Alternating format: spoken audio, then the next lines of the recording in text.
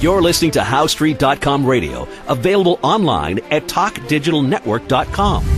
Welcome to HowStreet.com radio, the online source for market opinions. Here is Jim Goddard. My guest is Mish Shedlock, editor of Mish's Global Economic Trend Analysis. Welcome to the show, Mish. It's a pleasure to be back on the show. How are you doing? I'm doing great. The U.S. trade deficit has shrunk, but by how much, and does it mean much right now? Well, the U.S. trade report came out today, and the deficit did shrink, and actually that surprised economists. Actually, economists are surprised more often than not these days. We can go into that in just a bit. But both imports and exports were down. Now, the net effect of that, since exports add to GDP and imports subtract from GDP, is that this will be net positive for GDP. So, and indeed, the Atlanta Fed upped their model today and increased their estimate for first quarter GDP to, get this, Jim, plus 0.1%. And that's not a rise of 0.1%. That is a rise from 0 to 0.1%. So, all of the recent data have been really bad, and except for jobs, and we have another jobs report coming out tomorrow. No predictions on that. When the Atlanta Fed started their model back in February, they started off with a first quarter GDP estimate of 1.9%. I said on my blog that was too high, and then they cut it to 1.3. I said on my blog that was too high. They cut it in half to 0.6. I said that was too high. They cut it in half again to 0.3, and I said, that's too high. Yesterday they cut it to 0. And maybe they're, getting close to the mark here, so I didn't make a comment and say that was too high. And today it rose back up 0.1%, so their forecast now is for roughly 0% GDP growth. I don't know whether that's high or low, because I don't know what's going to happen here with the next set of reports or what the jobs number tomorrow is going to look like. But it's in the ballpark of what I would expect. Although if I had to actually take a guess, I'm expecting negative GDP for the first quarter. So that's what happened today with the trade numbers. The ISM numbers disappointed, under expectations yesterday. Factory orders, I had to laugh at this one, Jim. Factory orders unexpectedly rose today, following 6 straight declines. So economists were wrong 6 consecutive months on factory orders. They thought they would be positive. They were negative. They finally threw in the towel and said they expected factory orders to go down this month, and they actually went up, but not by a lot. And actually, the overall report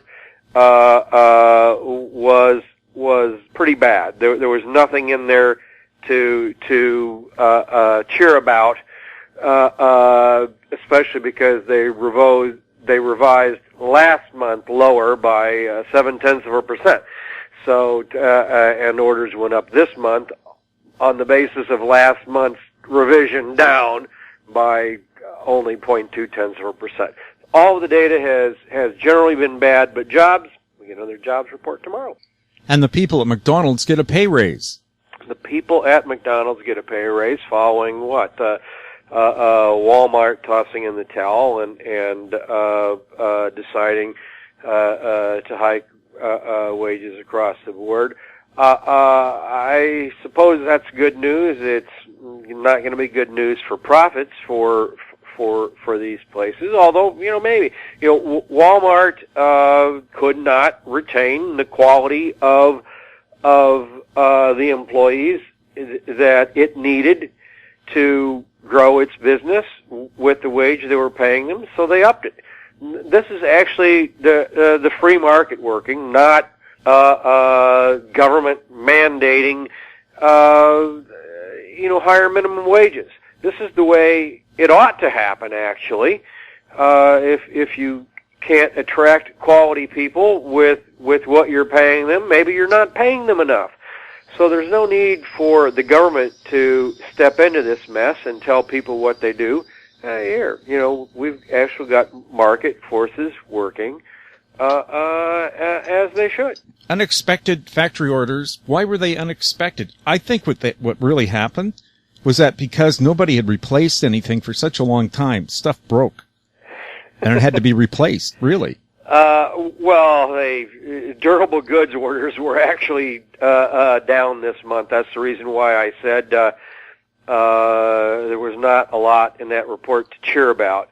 So, if you look at equipment and stuff that manufacturers are using to order to make a lot of goods, there was not a lot in there. Furniture was down, durable goods was down. So even though, and actually transportation was that down, motor vehicles parts and bodies were down 1.2%. So I don't think that bodes well for future auto sales, which have also been on the disappointing side.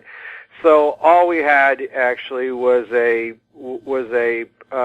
temporary reprieve in a pretty long downturn. I mean, at some point, these things had to go back up, and it looks like it was this month. But I did have good news for the economists to report yesterday, and that is the month of February is over. So we're actually just getting all these reports, even though that it's April. These reports are for February, but it was surprising to me, Jim, to watch these economists miss forecast after forecast after forecast, and while blaming it on the weather. And I would think that given that it's April, economists by now ought to know what the weather was for February, but they don't. But anyway, the good news is February is over. The reports that will be coming up now will be for March. We'll find out. Even though we're in April, we're now going to see what the economists know about the weather for March in the reports that will be coming out next. We'll have more with Mish Shedlock right after this. More and more people are looking to the Internet for intelligent, riveting, and thought-provoking interviews. To advertise on the Goddard Report and TalkDigitalNetwork.com, call 604-699-8600, 604-699-8600. Welcome back. We're speaking to Mish Shedlock. China's margin debt has soared to over 1 trillion yuan. What does that translate to in real money, and what does it mean?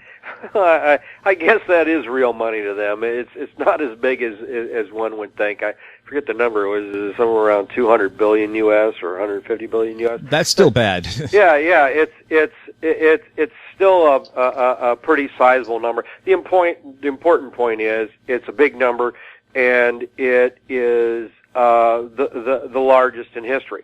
Also, U.S. margin debt is the largest in history, within a 0.5% or something. So here as stocks get higher and higher, people are going more and more in debt to buy stocks, and businesses are using cash, mainly debt on hand, actually, to buy back shares of stock. So the whole thing has gotten totally crazy here. And I just keep shrugging my head today. And I heard a new argument. Someone gave me a new argument today on why U.S. stocks were undervalued and poised to rise further. And it was a new one on me. And this person, actually a business, said, Gavcal came out and said, the emerging markets or some other markets were outperforming the U.S. and have done so now for a couple of months. That means it's ready for U.S. stocks to go back up again. When did they stop going up? So people invent all kinds of excuses for reasons why the bubble is going to keep going. Now, the bubble is going to keep going until it breaks, but, they try and justify these valuations based off of ever increasingly feeble reasons, and as I point out, it was exactly the same thing we saw with the dot-com stocks in 2000, with housing in 2006 and 2007, so 2005 and 2006. So, Jim, where it stops, I don't know. One of the advisors I talked to today said, how good of a financial advisor do you have if they say you should borrow money right now because it's cheap to buy stocks? Yes, that is the kind of thing. And actually, that's what's going on in China. They're opening up accounts like mad. Something like the population of the entire city. Well, China's huge. The population there is enormous. But this year they've opened up brand new accounts, equal to the population of Chicago or something. It's quite phenomenal. Quite phenomenal. Well, I heard that it's hard to get money from a bank in China, so they're really paying a premium for the borrowed money as well. Oh, absolutely. Yes, they are. We've gone from everyone borrowing to get in on SOEs, state-owned enterprises, or the copper boom, or speculation just keeps shifting in China from one thing to another. From copper to housing, to state-owned enterprises, and now we're back to the stock market. What happens in China when they wake up one day and realize all those apartment blocks they built are still empty? Well, they're empty by design, and the reason is apparently the value drops as soon as you move into it. But everyone's buying these things, not living in them. There's no lights on any of these things. A lot of these units aren't even finished. They're buying, not even to live in this thing, but just on expectation that this thing's, going to go up in price. Wow.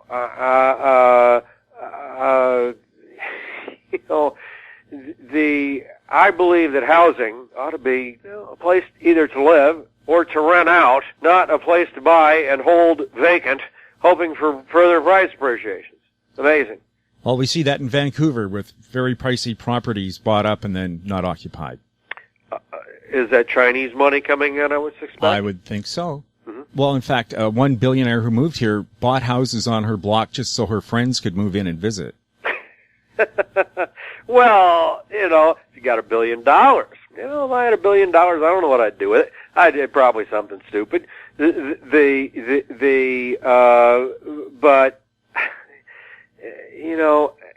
and it's the average guy that's going to get hurt. I mean, if a billionaire loses half of his money, he's still got $500 million. If someone who has $1 million loses half of it, they've still got $500,000. Someone who goes into debt, buying a house they cannot afford, and having the value of that house drop, let's say 30%, now finds themselves $300,000 in the hole, with no way to pay it back. So these bubbles hurt the small guy. And for all the Fed whining about, income inequality and the like, they are the cause of it.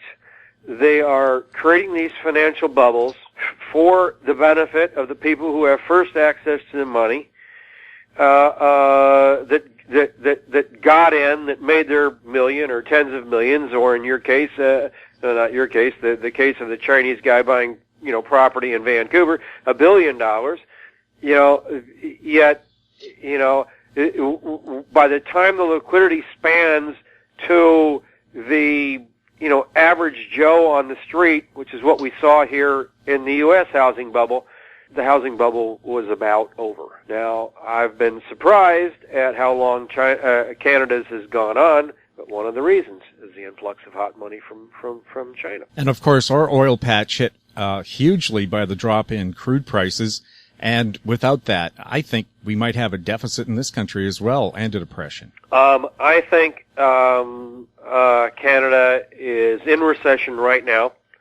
I made that call actually back in January, and I think the latest forecasts now are for negative growth in the first quarter, and it depends on how one defines a recession.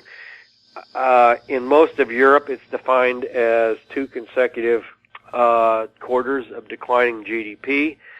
In the U.S., that is a sufficient but not necessary condition.